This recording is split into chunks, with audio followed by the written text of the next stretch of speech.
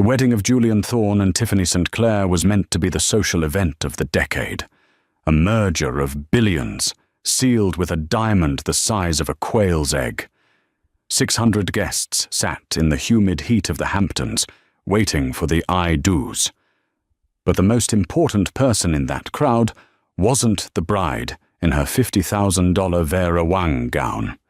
It was the woman in the back row, the one wearing a faded grey dress, the one the security guards almost threw out.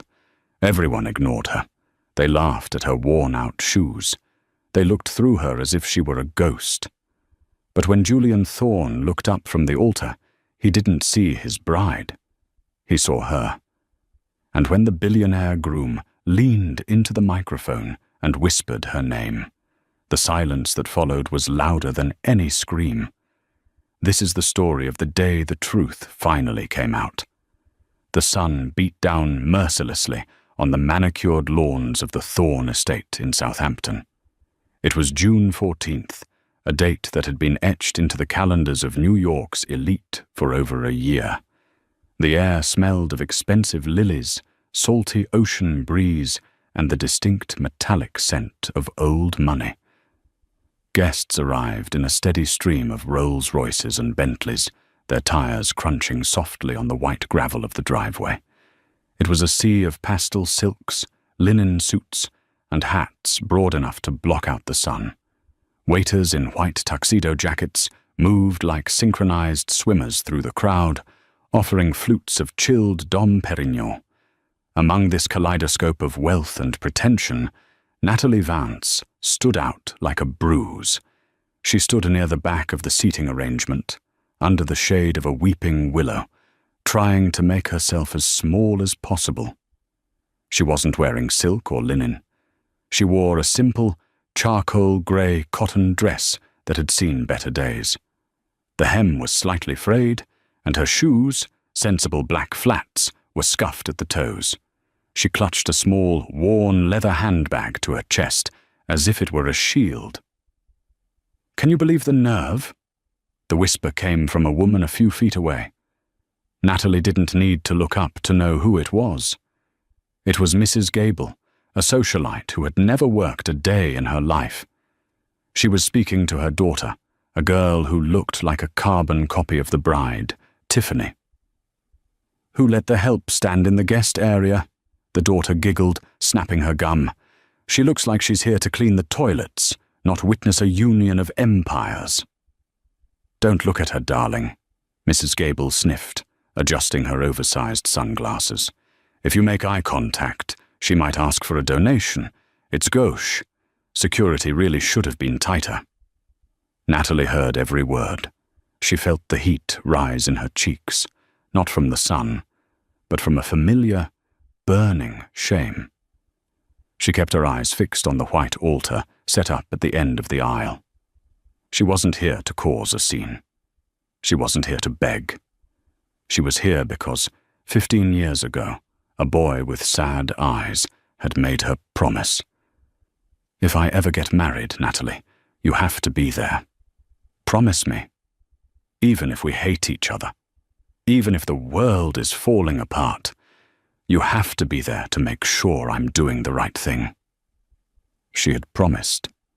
And Natalie Vance never broke a promise, even if the boy who asked for it had grown up to be Julian Thorne, the ruthless CEO of Thorne Enterprises, a man who hadn't spoken to her in a decade. "Excuse me." A shadow fell over her. Natalie looked up to see a large man in a black security suit. He wasn't wearing an earpiece. He looked more like a bouncer than a wedding guard. "This area is for guests with invitations," the guard rumbled. "Staff entrance is around the back, near the catering trucks." Natalie swallowed hard. Her throat felt like sandpaper. "I'm not staff. I'm a guest." The guard looked her up and down, his lip curling in a sneer. "Let me see your invitation." Natalie's hands trembled as she opened her bag. She pulled out the heavy cream envelope with gold leaf embossing. It was real. She held it out. The guard took it, squinting at the name. "Natalie Vance. Table. 84. He scoffed. "Table 84 is in the overflow tent. You're practically in the parking lot. But fine, just stay out of the photos. The bride gave strict instructions. No eyesores in the background." "I understand," Natalie whispered, taking the invitation back. "And try to look a little less." He waved a hand at her vague direction. "Depressing. It's a wedding." He walked away, leaving her standing in the dust. Natalie took a deep breath. She could do this. She just had to survive the ceremony, watch Julian say, "I do," and then she could leave. She could go back to her small apartment in Queens, back to her double shifts at the diner, back to the life that the Thorne family had ensured was her only option. Suddenly, a hush fell over the crowd. The string quartet began to play Pachelbel's Canon in D. The groom was coming. Julian Thorne walked out from the side entrance of the estate house. He was devastatingly handsome. His tuxedo was tailored to perfection, emphasizing his broad shoulders. His dark hair was swept back, revealing a face that had graced the cover of Forbes and GQ alike. But as he walked toward the altar, Natalie noticed something the cameras wouldn't catch. His hands were clenched into fists at his sides. His jaw was set so tight, a muscle feathered in his cheek. He didn't look like a man in love. He looked like a man walking to the gallows. He took his place at the altar, turning to face the audience. His eyes scanned the crowd. He nodded politely to the senators and the hedge fund managers. He smiled tightly at his mother, a woman with eyes like ice chips. And then his gaze drifted to the back. Natalie held her breath. "Don't see me," she prayed. "Please don't see me." His eyes swept past the willow tree. He didn't pause. He looked right through her, as if she were part of the scenery. Natalie let out a breath she didn't know she was holding. A pang of disappointment hit her chest, sharp and sudden. "Of course he doesn't recognize you," she told herself. "You aren't the girl he knew anymore. That girl wore sunshine and laughter. You wear exhaustion and grey cotton." Then the music changed. The dramatic chords of the wedding march began. Everyone stood up. Phones were raised, necks craned.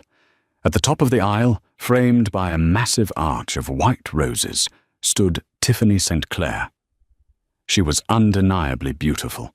Her blonde hair cascaded in perfect waves. The dress was a masterpiece of lace and crystals, tight at the bodice and exploding into a cloud of tulle at the bottom. She smiled, a triumphant, predatory smile. She gripped her father's arm, Mr. Robert St. Clair, the man who had destroyed Natalie's father, and began her walk. As Tiffany passed the rows of guests, she soaked in the adoration. But as she neared the back, her eyes flicked to the side. She saw Natalie. For a split second, the bride's perfect smile faltered.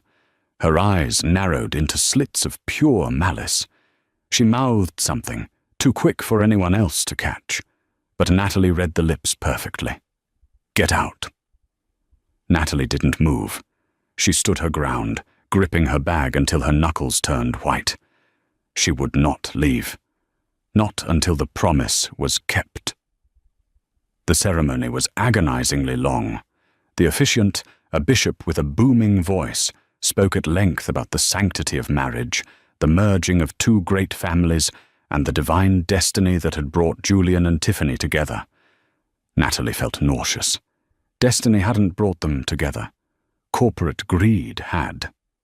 It was an open secret in the financial districts that Thorne Enterprises needed the St. Clair shipping routes to survive the next quarter, and the St. Clairs needed the Thorne liquidity to cover up a massive embezzlement scandal that was moments away from leaking. This wasn't a marriage, it was a merger acquisition with a cake. "Do you, Julian Edward Thorne, take this woman to be your lawfully wedded wife?" the bishop asked. The silence that followed stretched a second too long. Natalie watched Julian's back. He was stiff as a board. The wind rustled the leaves of the willow tree above her, casting dancing shadows on the ground. "Julian," the bishop prompted gently. Julian cleared his throat. His voice cracked. He coughed and started again, his voice mechanical. "I do." A ripple of relieved laughter went through the crowd. "And do you, Tiffany Marie St. Clair, take this man to be your lawfully wedded husband?" "I do," Tiffany said instantly, her voice loud and clear, ringing with victory. "Then, by the power vested in me—" Wait. The word wasn't shouted. It was spoken softly, but the microphone caught it. It was Julian. The bishop paused. "Is something wrong, my son?" Julian wasn't looking at the bishop. He wasn't looking at Tiffany. He was looking down at his hands. He slowly uncurled his fists.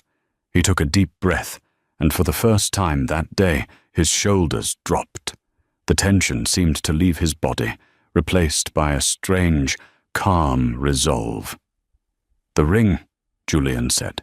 "I forgot the ring." The best man, a slick-haired banker named Chad, patted his pockets frantically. No, I gave it to you, Julian. It's in your pocket." "Not that ring," Julian said. He turned away from the altar. A murmur of confusion swept through the 600 guests. Tiffany's smile froze. She reached out and grabbed Julian's arm, her perfectly manicured nails digging into his suit fabric. "Julian, what are you doing? The cameras are rolling." He gently but firmly peeled her hand off his arm. "I know, Tiffany." He began to walk. He didn't walk back down the aisle the way he came.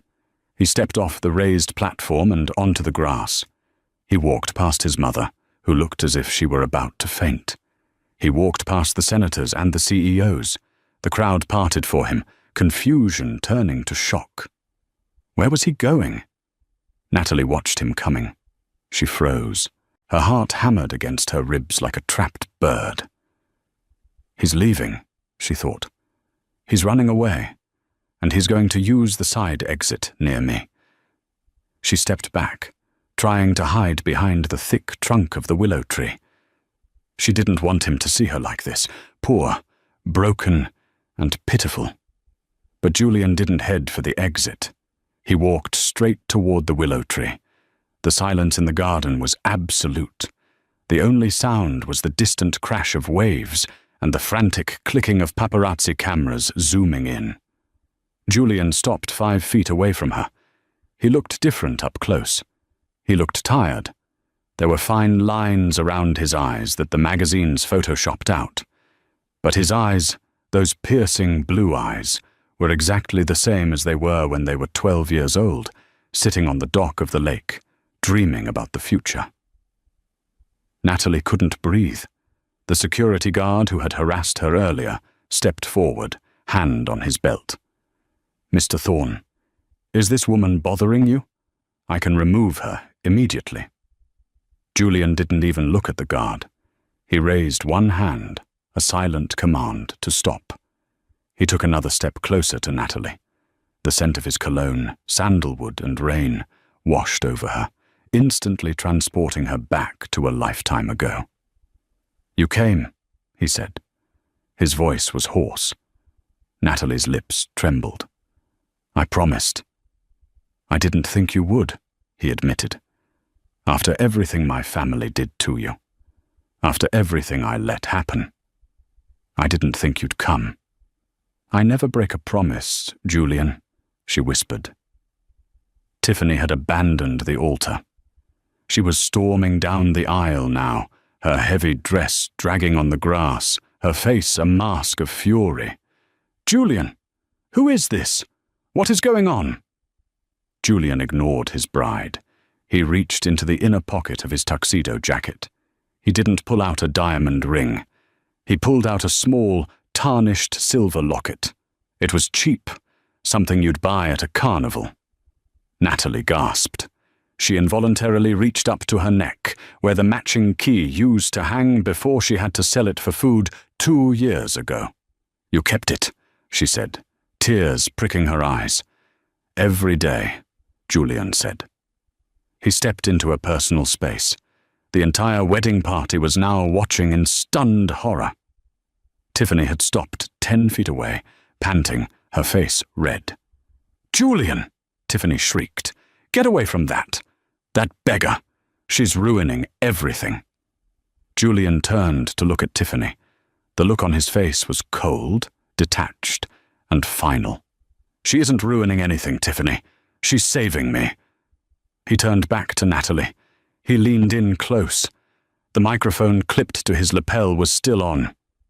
He didn't care. He wanted everyone to hear. But for a moment, he lowered his voice so it was intimate. Just for her. "I can't do this, Natalie. I can't marry her. Because for 10 years, I've been trying to find a woman who measures up to you, and she doesn't exist." Then he leaned closer, his lips brushing her ear. The crowd strained to hear. The camera zoomed in. He whispered her name. "Natalie." And then he pulled back and spoke into the microphone, his voice booming across the estate. "Everyone, stop the ceremony. There will be no wedding today." But nobody leaves. Because the woman standing here in the grey dress, she has something to say. And I suggest you all listen. Especially you, Mr. St. Clair. Julian took Natalie's hand. It was rough and calloused against his smooth skin. He raised it high in the air. "Natalie," he said, looking at her with an intensity that made her knees weak. Tell them what you found in the archives." Natalie looked at Julian, then at the terrified face of Robert St. Clair, and finally at the 600 people staring at her. The fear evaporated. She wasn't the simple woman in the grey dress anymore. She was the woman holding the match that would burn this kingdom of lies to the ground. She opened her bag. The sound of Natalie's zipper opening on her cheap leather bag echoed through the silent garden like a gunshot. The wind had died down, and the heat of the afternoon felt suddenly oppressive, heavy with the weight of pending disaster. Natalie didn't pull out a weapon. She pulled out a stack of papers. They were old, yellowed at the edges, and held together by a rusted paperclip. She stepped up to the microphone stand that Julian had lowered for her. She looked out at the sea of faces, the faces of the people who had mocked her father, ostracized her mother, and turned her into a ghost in her own hometown. 15 years ago, Natalie began, her voice trembling slightly before finding its steel core. My father, Thomas Vance, was the CFO of St. Clair Shipping. He was a good man, a man who believed in numbers and truth. And one day, the police came to our house. They arrested him for embezzling $5 million from the company pension fund. A murmur went through the crowd. Everyone remembered the Vance scandal. It had been the talk of the Hamptons for a summer. My father died in prison 2 years later, Natalie continued, her eyes locking onto Robert St. Clair. The older man's face had drained of colour, turning a sickly shade of grey.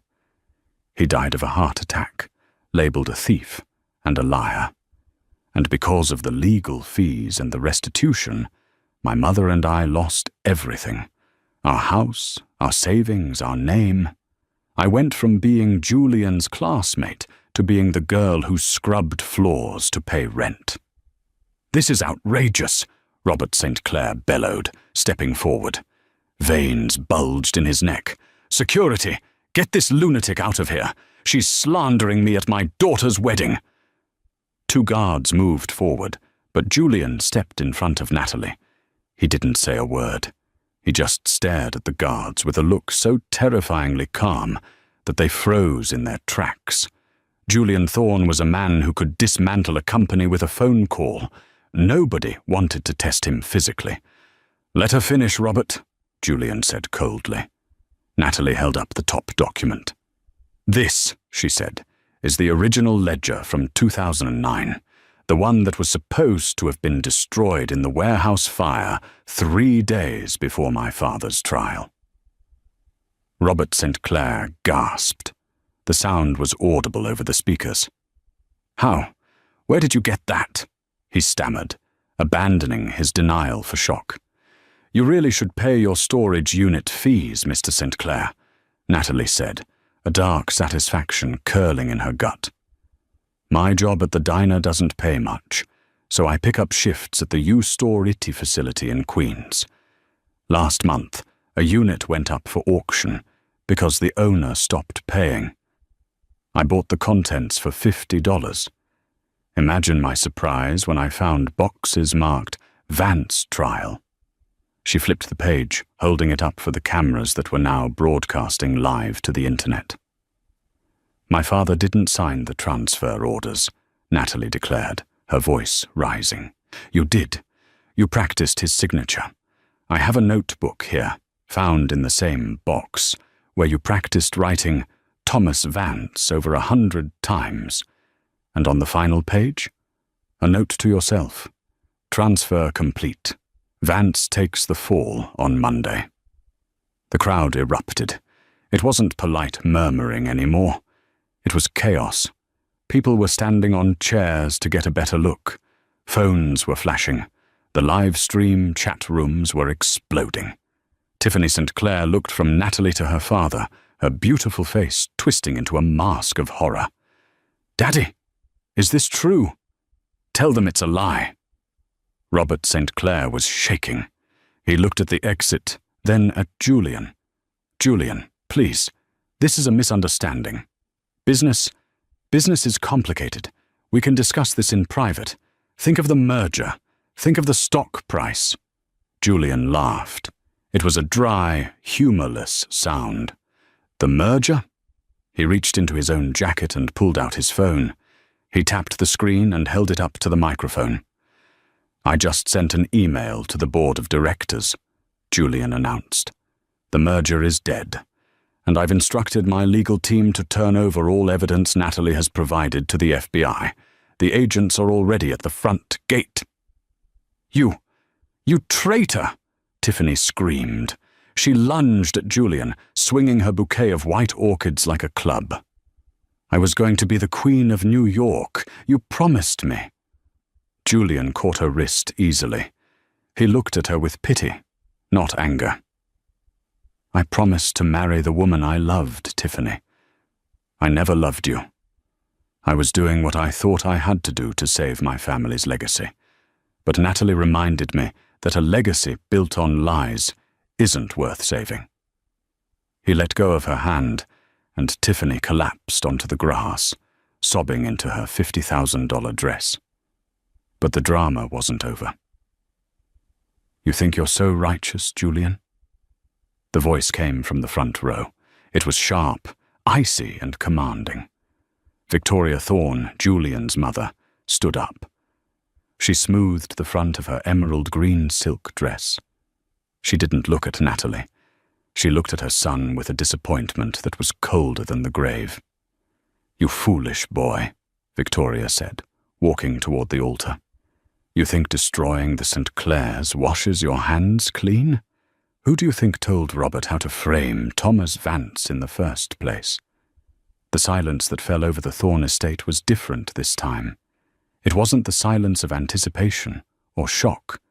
It was the silence of a vacuum, as if all the air had been sucked out of the world. Julian stared at his mother. For the first time, his composure cracked. His mouth opened slightly, his brow furrowing. "What did you say?" Victoria Thorne stopped at the foot of the altar stairs. She looked like a queen surveying a battlefield she had already won years ago. "Oh, stop looking so naive, Julian," she scoffed. "Do you really think Robert St. Clair was smart enough to pull off a pension scheme that complex? The man can barely tie his own shoes without a consultant." She glanced dismissively at the sobbing bride and her trembling father. "Robert came to me in 2009, Victoria continued, addressing the crowd as if she were giving a keynote speech. Thorne Enterprises was bleeding cash. We had made bad bets on the housing market. We needed liquidity, and St. Clair Shipping had it, but they were locked in pension funds. Robert wanted the money for his gambling debts. I needed it to save your inheritance, Julian."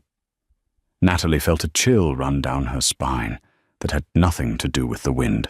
She looked at the woman she had once admired, the woman who had bought her ice cream when she was a child playing with Julian. "So you helped him," Natalie whispered into the microphone. "You helped him destroy my father?" Victoria finally looked at Natalie. Her eyes were devoid of empathy. "Your father was weak, Natalie. He was an accountant with a conscience. He would have reported the discrepancies eventually. He was a liability. We needed a scapegoat. It was efficient." "Efficient!" Julian roared. The sound tore from his throat, raw and agonizing. "You killed him! You killed Thomas! He was like a second father to me." "I saved this family," Victoria shouted back, losing her cool for the first time. "I saved the roof over your head, the cars you drive, the education you received. You think you became a billionaire by playing nice? You stand on a mountain of bodies, Julian. I just made sure you didn't have to see them." Julian looked at his mother as if she were a monster wearing a human skin. He stepped back, physically recoiling from her. He looked at Natalie, his eyes filled with a desperate, pleading sorrow. "I didn't know," he choked out. "Natalie, I swear to God, I didn't know. I thought your father was guilty. I stayed away from you because I was ashamed that my mentor was a thief. I didn't know it was us. I didn't know we were the thieves." Natalie looked at him. She saw the 12-year-old boy again, the one who used to cry when he found an injured bird. She knew he was telling the truth. Julian was ruthless in business, but he wasn't cruel. He was a pawn in his mother's game, just like she had been. "I believe you," Natalie said softly. Sirens began to wail in the distance, getting louder by the second. The flashing lights of police cruisers could be seen through the tall hedges at the end of the driveway. Victoria Thorne didn't run. She simply checked her diamond watch. "It seems the festivities are coming to an end," she said dryly. She turned to the guests, many of whom were her close friends. "I expect I'll be uninvited from the bridge club, Karen." She looked back at Julian. "You've destroyed everything I built, Julian. I hope she's worth it." Julian reached out and took Natalie's hand. He gripped it tight, as if she were the only solid thing left in a dissolving world. "She's worth more than everything you have," Julian said. The police swarmed the garden. It was a scene of absolute pandemonium. Officers in tactical gear were arresting Robert St. Clair, who was weeping and pointing fingers at Victoria. Other officers were gently escorting a shell-shocked Tiffany away. When they approached Victoria Thorne, she held out her wrists. "Mind the silk," she warned the officer. "It's vintage." Amidst the chaos, the flashing lights, and the screaming guests, Julian and Natalie stood alone under the willow tree. Julian turned to her. He looked stripped bare. The arrogant billionaire was gone. "I have nothing," he said. "The company will collapse after this. My assets will be frozen. My name is Mud. I am the son of a criminal." Natalie looked at his tuxedo, then down at her frayed grey dress. She smiled, a genuine warm smile that reached her eyes for the first time in 10 years. "Well," she said, "I have a one-bedroom apartment in Queens with a very comfortable pull-out couch, and I make excellent grilled cheese sandwiches." Julian let out a breathy, tearful laugh. "I don't deserve you." "Probably not," Natalie agreed, "but you promised to be my friend forever. And unlike some people, I expect you to keep your promises." Julian lifted her hand to his lips and kissed her knuckles, right over a small scar she had gotten from a hot fryer at the diner. "Let's get out of here," he said. "Wait," Natalie said. She reached into her bag one last time. "There's one more thing." Julian froze. "Please tell me it's not another felony indictment." "No," Natalie said. She pulled out a small, folded piece of paper. It wasn't a legal document. It was a letter. The paper was blue, St. Clair stationery, but the handwriting wasn't Robert's, and it wasn't Victoria's. "I found this at the bottom of the box," Natalie said, her voice dropping to a whisper. "It's dated 3 weeks ago. It's from Tiffany." Julian frowned. "Tiffany? To who?" "To you," Natalie said, "but she never sent it." She handed the letter to Julian. His hands shook as he unfolded it.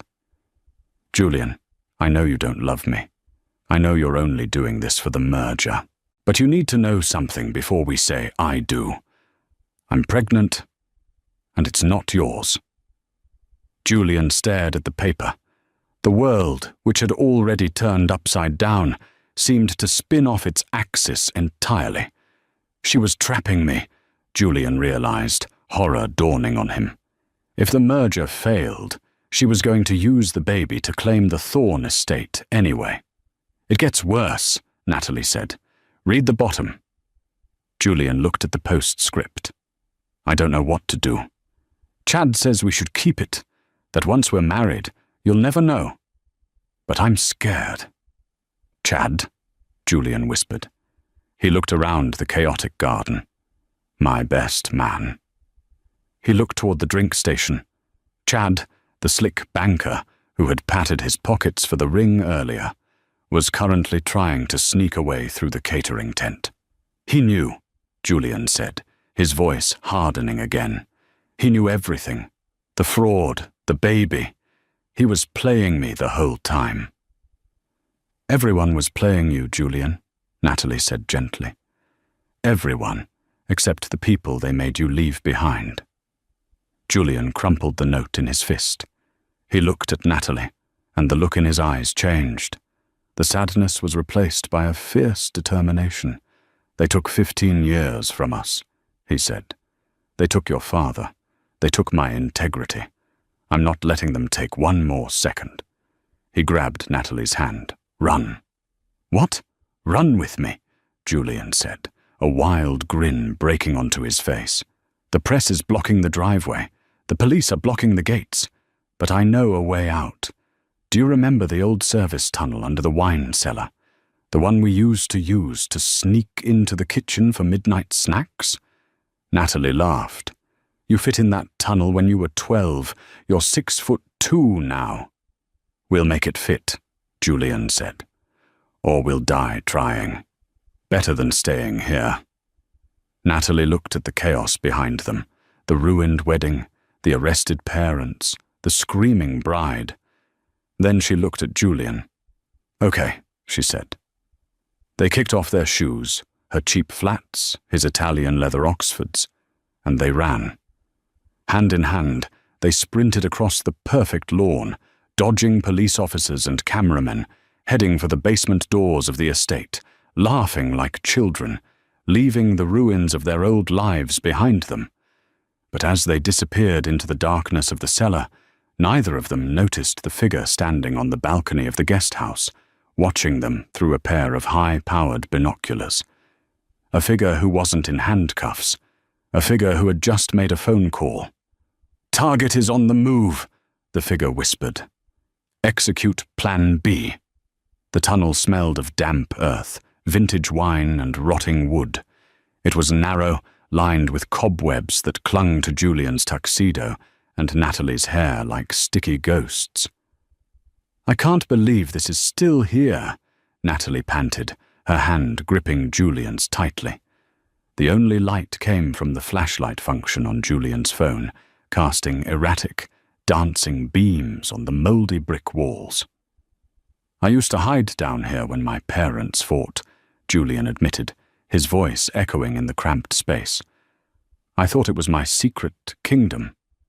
Turns out, it was just a drainage pipe for the wine cellar." They ran until their lungs burned. The tunnel sloped upward, the air growing saltier. Finally, they reached a rusted iron grate. Julian threw his shoulder against it. It groaned, resisting for a moment before screeching open. They spilled out onto the rocky beach below the Thorne Estate cliffs. The sun was setting now, painting the sky in bruises of purple and red. Above them, The chaos of the wedding was a distant hum, drowned out by the crashing Atlantic waves. "Where do we go?" Natalie asked, shivering as the ocean wind cut through her thin cotton dress. "You said you had a plan." "I said I knew a way out," Julian corrected, scanning the coastline. "The plan is currently being improvised." He looked up the beach. About a quarter-mile down, a small, weathered boat shack stood on stilts. "Old man McGregor's shack," Julian said. "He used to be the groundskeeper. He kept an old Ford pickup truck behind that shed. He passed away last year, but the estate hasn't cleared the property yet." "Stealing a truck?" Natalie raised an eyebrow. "Is this the same Julian Thorne who wouldn't jaywalk when we were 10? "Desperate times," Julian grimaced. They sprinted across the sand, the loose grains filling their shoes. When they reached the shack, luck, or perhaps fate, was on their side. The rusted blue 1985 Ford F-150 was there, covered in a tarp. Julian checked the wheel well. McGregor always left the key on the tire. His fingers brushed metal. He pulled out a single, rusty key. "Got it." They scrambled inside. The cab smelled of stale tobacco and motor oil. It was a far cry from the leather-seated limousines Julian was used to. He turned the key. The engine coughed, sputtered, and died. "Come on," Julian pleaded, pumping the gas pedal. "Don't do this to me." He tried again. The engine roared to life with a sound like a dying tractor. "Yes!" Natalie cheered. Julian threw the truck into reverse, backing out onto the gravel access road. But just as he shifted into drive, a blinding light flooded the cab. A black Range Rover with tinted windows had pulled onto the access road, blocking their path. The high beams were blinding. "Who is that?" Natalie shielded her eyes. "Not the police," Julian said, his voice tight. "The police use sirens. That's private security." The Range Rover accelerated, heading straight for them in a game of chicken. "Hold on!" Julian yelled. He didn't brake. He yanked the steering wheel hard to the right. The old Ford careened off the road, bouncing violently over a ditch and crashing through a wooden fence. Natalie screamed as they went airborne for a terrifying second before landing in a field of tall corn. "Go, go, go!" Natalie shouted. Julian floored it. The truck tore through the stalks, creating a path of destruction. Behind them, the Range Rover struggled to follow, its low chassis getting caught on the uneven terrain. They burst out of the cornfield and onto the main highway, tires screeching. Julian didn't let up. He wove through the evening traffic, running 2 red lights, his eyes constantly checking the rearview mirror. "I think we lost them," he said, after 10 minutes of silence. Natalie was clutching the dashboard, her face pale. "Julian, those men, they had guns. I saw the silhouette when they flashed the lights. Who sends armed men to a wedding?" Julian's face was grim. "My mother doesn't do anything by half measures, but she's in handcuffs, which means someone else is pulling the strings now." "Who?" "I don't know," Julian said, "but we can't go to my apartment. We can't go to yours. They'll be watching everything." "I have an aunt," Natalie said suddenly. "Aunt Beatrice. She lives in New Jersey, in a town called Vineland. She hates your family. She hasn't spoken to me since the scandal, but she hates the Thornes more than she hates me. She might help." Julian looked at the gas gauge. It was half full. "New Jersey it is." As they crossed the Verrazzano Bridge, leaving the island of wealth and treachery behind, Julian's phone buzzed on the seat between them. It wasn't a call. It was a text message from an unknown number. Julian glanced at it, and the blood drained from his face. "What is it?" Natalie asked. Julian handed her the phone. The message was short, brutal, and terrifying. "Plan A failed. Plan B is in effect. Check the news, Mr. Thorne. You aren't the hero of this story anymore." The Motel 6 on the outskirts of Vineland, New Jersey, was the kind of place where people went when they didn't want to be found. The neon sign buzzed ominously, the M flickering on and off. Julian paid for the room with cash, the $300 Natalie had in her emergency stash in her bag. His credit cards were useless. He knew they would be tracked the moment he swiped them. Room 104 was small, smelling of lemon cleaner and stale cigarettes. There were 2 twin beds with polyester spreads in a garish floral pattern. Julian sat on the edge of the bed, his tuxedo jacket discarded on the floor, his tie undone. He looked utterly defeated. The adrenaline of the escape had worn off, leaving behind a crushing weight of reality. "I'm sorry," he whispered, his head in his hands. "I dragged you into this. You should have just stayed at the wedding. You'd be safe." Natalie was busy filling the ice bucket from the machine outside. She came back in, locked the door, and shoved a chair under the handle. "I wouldn't be safe, Julian. I'd be miserable," she said firmly. She sat next to him. "And you didn't drag me. I walked. Actually, we ran." She reached out and touched his shoulder. "We need to see what that text meant. Turn on the TV." Julian picked up the remote with a shaking hand. He found a 24-hour news channel. The headline made Natalie gasp. "Breaking news. Billionaire Groom wanted for murder and embezzlement." The screen showed a photo of Julian, not a flattering one, but a shot taken from a security camera where he looked angry. The anchorwoman's voice was grave. "Authorities are currently searching for Julian Thorne, the CIO of Thorne Enterprises. Following the dramatic interruption of his wedding today, new evidence has surfaced, implicating Mr. Thorne in the death of St. Clair Shipping's former CFO, Thomas Vance, 15 years ago." "What?" Natalie stood up, shouting at the TV. "That's a lie! He was 12. The report continued. Documents released anonymously to the press just moments ago suggest that while Victoria Thorne and Robert St. Clair orchestrated the financial fraud, the order to silence Thomas Vance came from a trust fund account registered to Julian Thorne.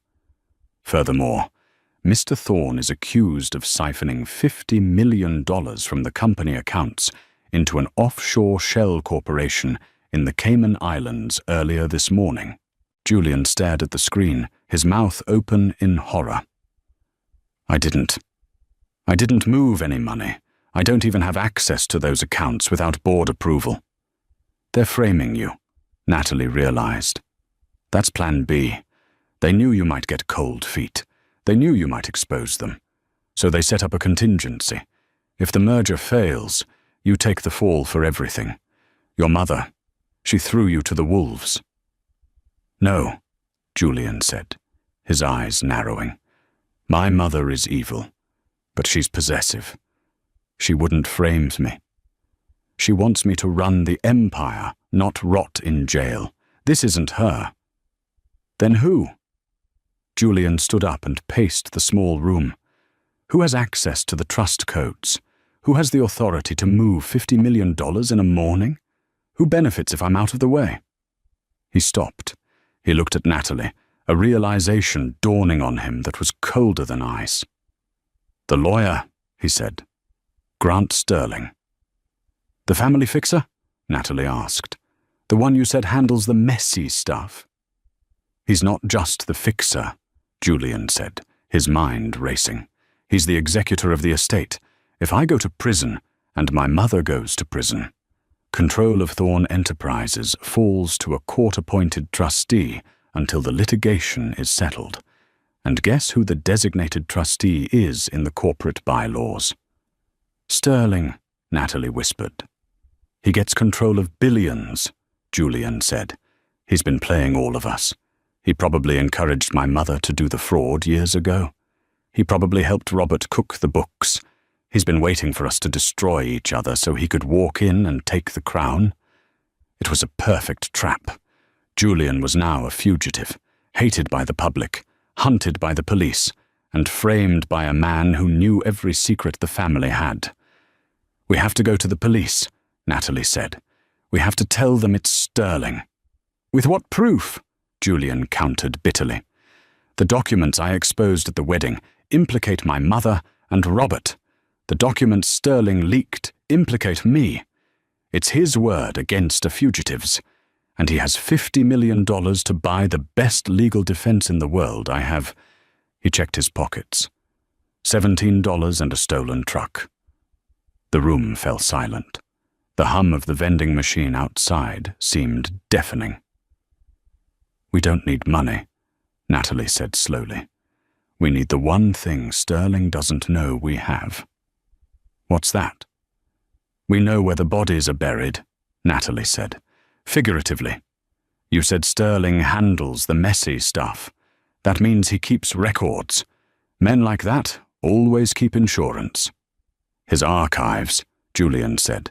"He keeps a private server at his penthouse in Manhattan. It's off the grid, air-gapped. If there's proof of his involvement, it's there." Manhattan?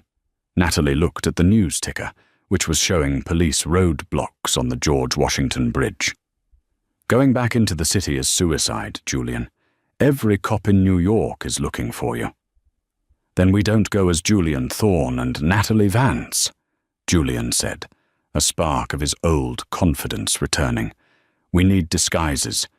We need a plan.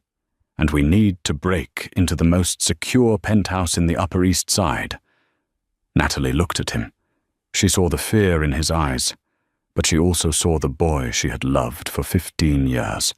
The boy who was brave enough to stand up to bullies, even when he was scared.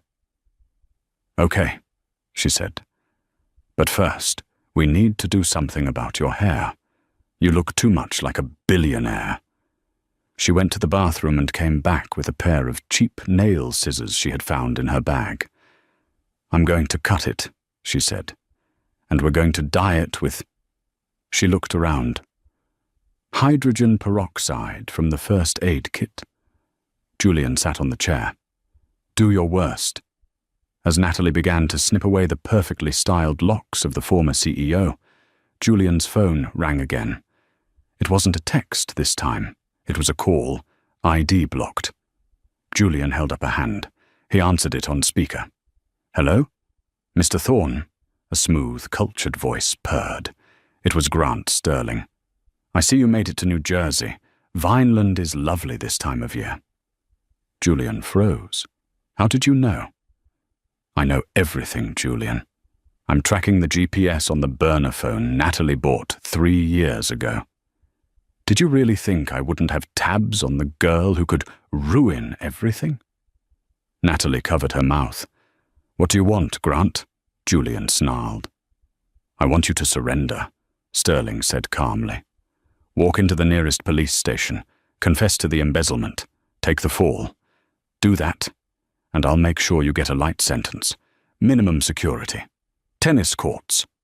And if I don't? If you don't—" Sterling paused. The sound of a car door opening could be heard in the background. "Well, I currently have a team outside a nursing home in Queens. Specifically, the Shady Pines Retirement Home. Room 302. Natalie's blood ran cold. She grabbed the phone. "Leave my mother alone." "Ah, Miss Vance," Sterling said pleasantly. "Your mother is quite frail, isn't she? It would be a shame if the stress of her daughter's criminal activities caused her heart to give out." "You touch her and I'll kill you," Julian said, his voice dropping to a low, lethal register. "You have 12 hours, Julian," Sterling said. "Surrender by noon tomorrow, or Natalie becomes an orphan. Again." The line went dead. Natalie dropped to her knees, sobbing. "He has my mum. Julian, he has my mum." Julian knelt beside her. He pulled her into his arms, holding her tight as she shook. He looked at the phone, then at the scissors on the floor. "We aren't surrendering," Julian said, his voice hard as steel. "We're going to Manhattan. Tonight. But the time—" "We don't have 12 hours, Julian said. "We have to strike before he expects us. We're going to rob Grant Sterling, and then we're going to burn his life to the ground." The New York skyline loomed over them like a jagged set of teeth, the city lights reflecting off the wet pavement at 2 a.m. Julian Thorne and Natalie Vance stood in the delivery bay shadows of the Pinnacle, the 90-story glass needle where Grant Sterling lived, like a modern-day emperor. They looked nothing like the polished figures from the Hamptons. Their hair was dyed a rough, matte black with shoe polish, and they wore grease-stained mechanic jumpsuits stolen from a 24-hour garage in Jersey. "The service elevator code hasn't changed in 5 years," Julian whispered, his voice tight. "Sterling is a creature of habit. He thinks he's untouchable." They slipped past the biometric scanner, using a high-resolution photo Julian had printed, a trick that only worked on older systems, a flaw Julian knew because his company had installed it. The elevator ride was agonizing. Every floor they passed felt like a countdown to execution. Julian checked his watch. They had less than 4 hours before Sterling's deadline expired, before he made the call to the hitman waiting at Natalie's mother's nursing home. When the doors slid open into the penthouse utility room, the silence was deafening. They crept into the study, a cavernous room lined with stolen artifacts. Julian went straight to the bookshelf, pulling a leather-bound copy of Dante's Inferno. The wall clicked and swung open, revealing the hum of a hidden server room. "Jackpot," Julian breathed, plugging in a decrypting drive. "Every bribe, every fake ledger, every email to my mother. It's all here." The download bar crawled across the screen. 80%, 90%. Suddenly, a red prompt flashed. "Enter passphrase." "He has a dead man switch," Julian panicked. "If I don't guess it in 10 seconds, the drive wipes itself." "Think," Natalie urged. "What does he love?" "Himself? Money?" Julian typed gold. Access denied. 5 seconds. Natalie's eyes darted to a framed photo on the desk, not of a person, but of an old golden retriever. It was the only thing Sterling had ever shown affection for. "The dog, try Barnaby." Julian's fingers flew. Barnaby. Access granted. "Got it," Julian exhaled, yanking the drive. "Touching sentiment," a voice drawled from the doorway. Grant Sterling stood there, a silk dressing gown wrapped around him, a suppressed pistol leveled at Julian's chest. He didn't look surprised. He looked bored. "I expected you sooner, Julian. The dye job is tacky, by the way." "It's over, Grant," Julian said, stepping in front of Natalie. "I have the files. The police are on their way." Sterling laughed, a cold, dry sound. "The police work for me. Commissioner Higgins is on my payroll. Hand over the drive, or I'll kill you both and claim self-defense against intruders." He pulled out his phone with his free hand. "And just to be thorough, I think I'll call my associate at Shady Pines. Natalie's mother has lived long enough." Natalie screamed, lunging forward, but Julian held her back. His face was strangely calm. "You can't make that call, Grant." Sterling frowned, tapping his screen. "What?" "I didn't just bring a hard drive," Julian said, pulling a small black box from his pocket. "I brought a military-grade signal jammer. No cellular, no Wi-Fi. You're ghosted." Sterling's composure cracked. His face twisted into a snarl. "Then I'll just kill you first, turn it off, and make the call." He tightened his finger on the trigger. Crash. The floor-to-ceiling window behind Sterling shattered into 1,000,000 diamonds. 2 figures in black tactical gear swung through on repelling lines, laser sights instantly painting Sterling's chest red. "FBI, drop the weapon!" The front door burst open, and a dozen agents swarmed the room, led by Agent Rossi. Sterling dropped the gun, stunned. "The FBI?" Sterling stammered as they slammed him against the desk. "You went to the feds?" Local police are on your payroll, Julian said, holding Natalie close. But Agent Rossi has been hunting you for a decade. The jammer blocked your signal, Grant, not the wire I'm wearing. As they dragged a screaming Sterling away, Agent Rossi nodded to Natalie. We picked up the hitman at the nursing home 10 minutes ago. Your mother is safe. Natalie collapsed into Julian's arms, the adrenaline finally leaving her body, replaced by the warmth of survival. 6 months later, the snow fell softly on the small, rustic barn in upstate New York. There were no helicopters, no paparazzi, and no 6-figure ice sculptures.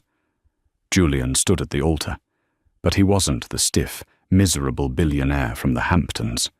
He wore a simple suit, his hair its natural brown, his eyes crinkling with a smile that reached his soul. The guests were the people who actually mattered, staff from the diner, Natalie's friends, and in the front row, Natalie's mother, cheering from her wheelchair. Natalie walked down the aisle in a vintage cream dress she had altered herself. She didn't look like a simple woman anymore. She looked like a queen who had conquered her kingdom. I promised I'd be there, Julian whispered as he took her hands. I just took the long way around. You kept your promise? Natalie smiled, tears streaming down her face. You came back. When they kissed, the small barn erupted in cheers that were louder and more genuine than any applause at the Thorne estate. They walked out into the crisp winter air, hand in hand. So, Julian asked, opening the door to an old, restored Ford pickup truck, the same one they had escaped in. Paris? The Maldives? Natalie laughed, tossing her bouquet into the crowd. Drive, she said. Let's just drive. Julian started the engine. It roared to life, not with the purr of a luxury car, but with the rumble of freedom. As they drove off into the falling snow, they left the billions behind, knowing they had found the only fortune that really mattered. What a journey! From the heartbreaking humiliation at the wedding to the high-stakes heist in the Manhattan penthouse, Julian and Natalie proved that true loyalty is worth more than all the billions in the world. They stripped away the lies, the wealth, and the status to find the love that had been waiting for them for 15 years. It makes you wonder, how many people in our own lives are wearing masks just to survive? And would you have the courage to stand up against your own family to do what is right? Just like Julian did. I want to know what you think. Was Julian's mother, Victoria, irredeemable, or was she just a victim of her own greed? Let me know in the comments below. If you enjoyed this story of revenge, romance and redemption, please hit that like button. It really helps the channel grow. And don't forget to subscribe and ring the notification bell so you never miss a new story. We have a shocking historical romance coming up next week that you won't want to miss. Thanks for watching, and see you in the next video.